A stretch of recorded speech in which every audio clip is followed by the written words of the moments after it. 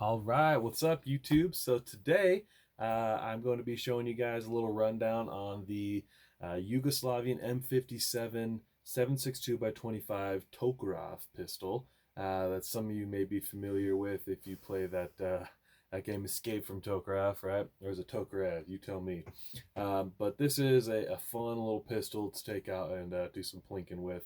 It does shoot the 7.62 by 25 uh, round right there, and it is a spicy little guy. It's let's see, we were moving at around 1,300 to 1,800 feet per second, and this is a 74 grain bullet, so it does depend on what type of barrel it's coming out of. They used to be shot out of like the PPSH submachine guns back in World War II. So yeah, I'm just gonna pretty much give you guys a quick rundown on it. My knowledge is fairly limited on it, but it's one of my favorite, World War II era pistols that I own, and I've kind of always wanted to do a video on it. So yeah, let's get right to it. So today I've got my sidearm here. Let me unbuckle it. She's tight. The Zastava, what do you got here? M57 7.62 by 25 Tokarev, right? So this little bad man is having a lot of fun too.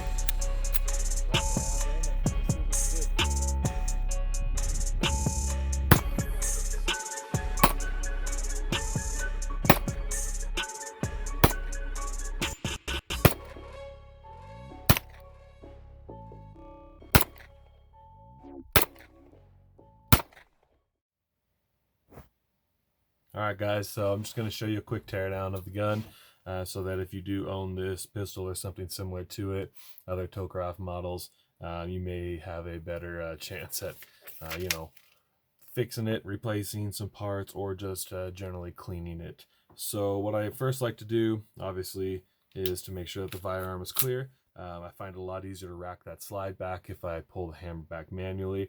Obviously, with this model, it does have a manual thumb safety. Some of them do not. From what I understand, the models without the thumb safety are a little bit more sought after. So if you find one of those, definitely pick it up.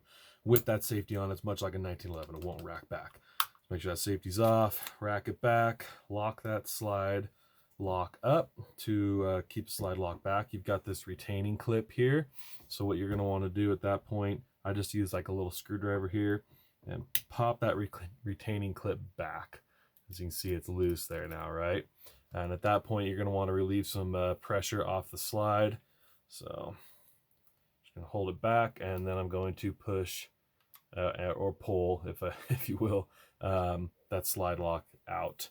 And at that point, the slide will come right out of there, exposing your lower and upper, right?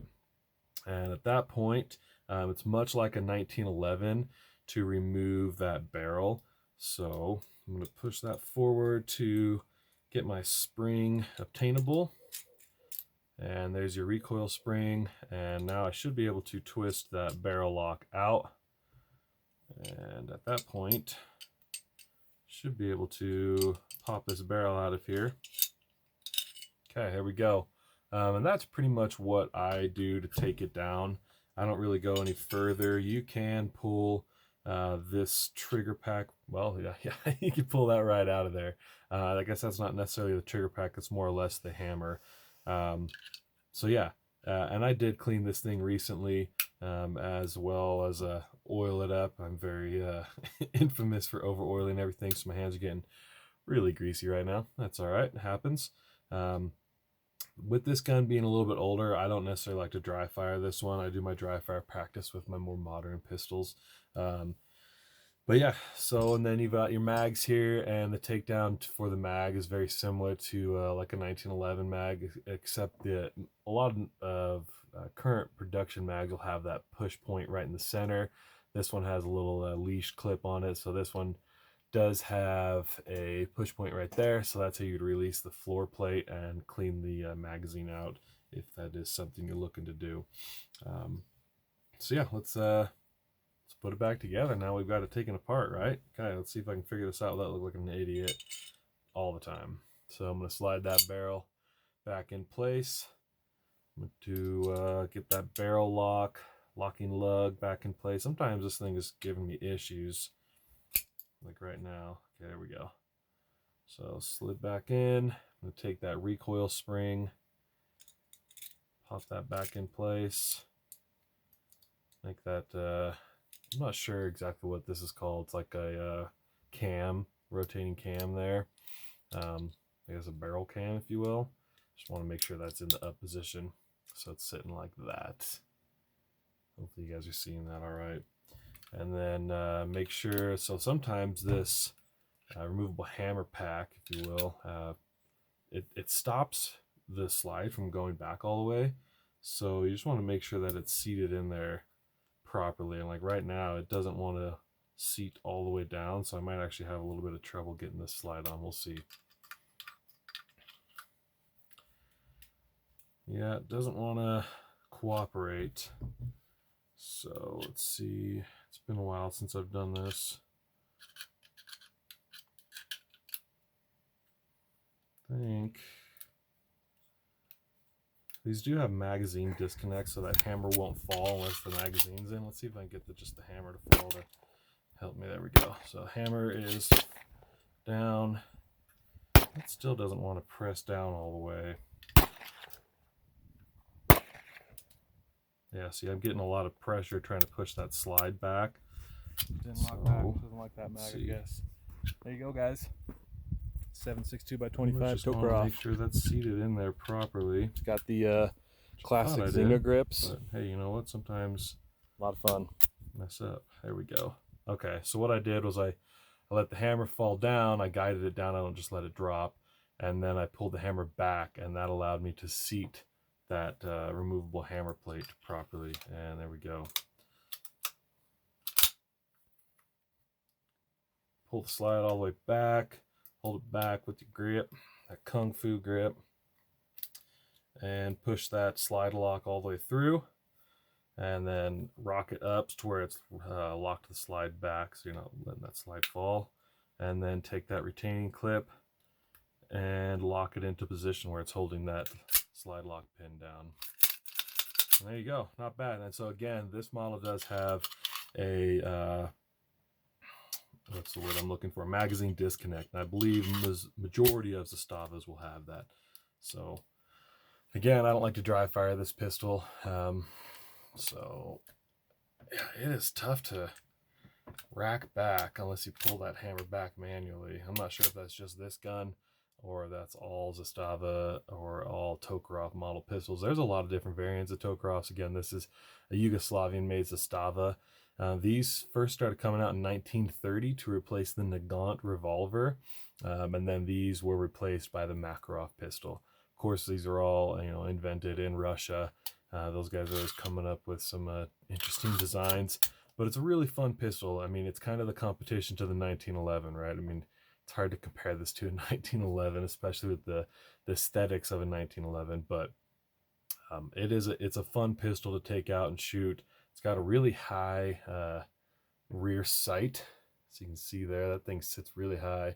And I'm not sure if that's just to kind of clear the hammer. I mean, majority of the time when you're going to be shooting it, right, that hammer's going to be rocked back, so I don't see why that's so high or needs to be so high, but it's a fairly accurate pistol for what it is.